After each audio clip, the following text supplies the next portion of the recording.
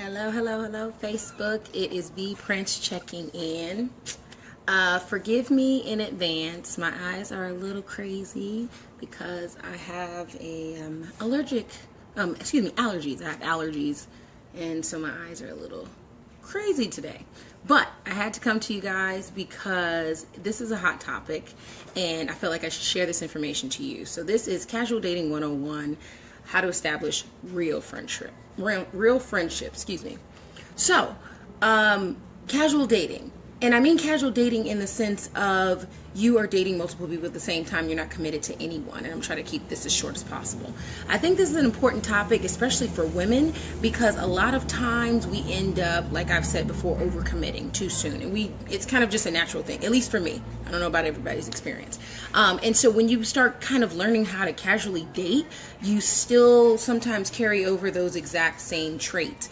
One of these things, and I was having a conversation with a friend of mine, and she was saying, yeah, I started talking to this guy, and he's really nice and he's really cool, but like he's not really texting me back like that. Like I feel like he's not really interested because he's not trying to get at me. And like we went out, we had a great time, but like then he just low-key fell off the face of the planet. So originally I kind of looked at that like, oh well, maybe he really isn't interested and you need to just kick him to the curb, girl. No, you can do better, blah blah blah. But then I thought about it.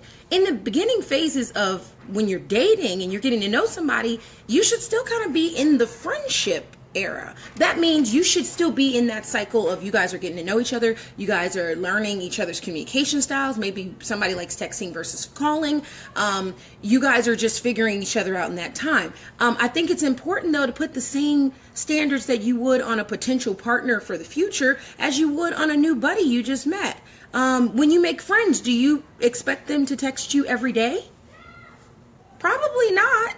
I mean, it doesn't mean that they don't want to be your friend. It means that you guys are still figuring each other out. Now, as you establish bestie status, you might kind of elevate. You might get to a new level and decide, oh, I want to text this person every day. Girl, guess what happened to me today? Girl, you wouldn't believe. But it takes you a minute to get there. I mean, it's not going to happen within the first 2 weeks or even the first month or whatever.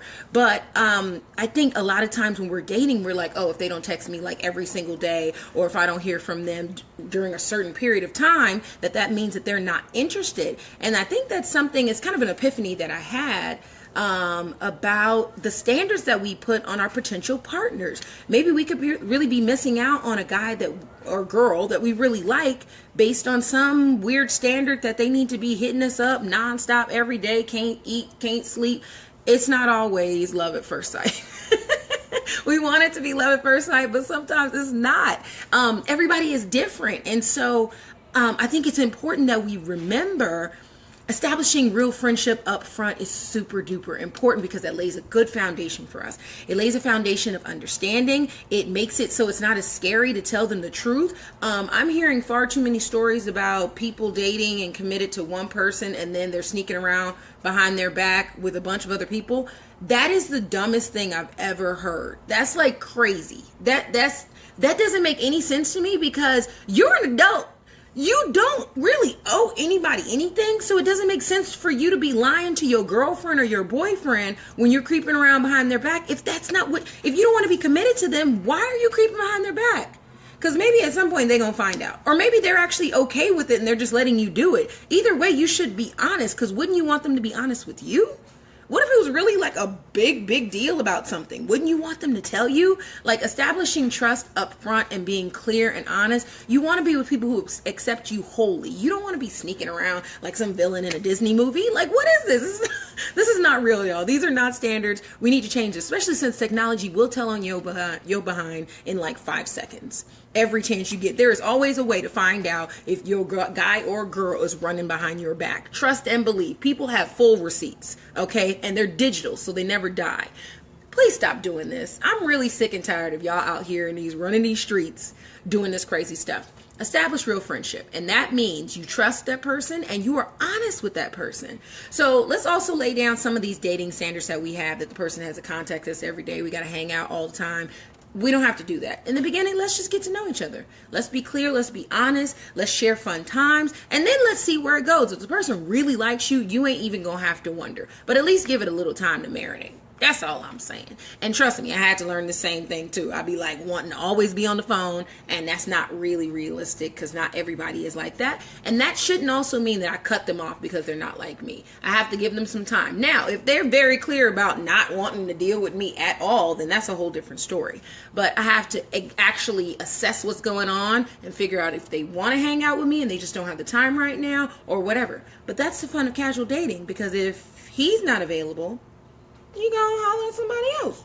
No harm, no foul if you're being honest about it. Don't be creeping. Don't be tiptoeing around. Like, no, this is not, don't do that. Please don't do that. So I just wanted to share that quick message with y'all. I am still battling these allergies, this sinus infection I got going on. So y'all send me happy juju, happy energy. Sorry if I missed y'all comments. I really wasn't reading, and like it's hard to focus in sometimes. So I'll reply to them later. Sarah, thank you so much for the compliment. I'm gonna get to y'all messages later. If y'all have any questions or anything you want me to dive deeper into this topic, please let me know. Thinking of writing a blog post about it. I'm also thinking of writing a blog post about 25 things to do if you found out that your partner was cheating.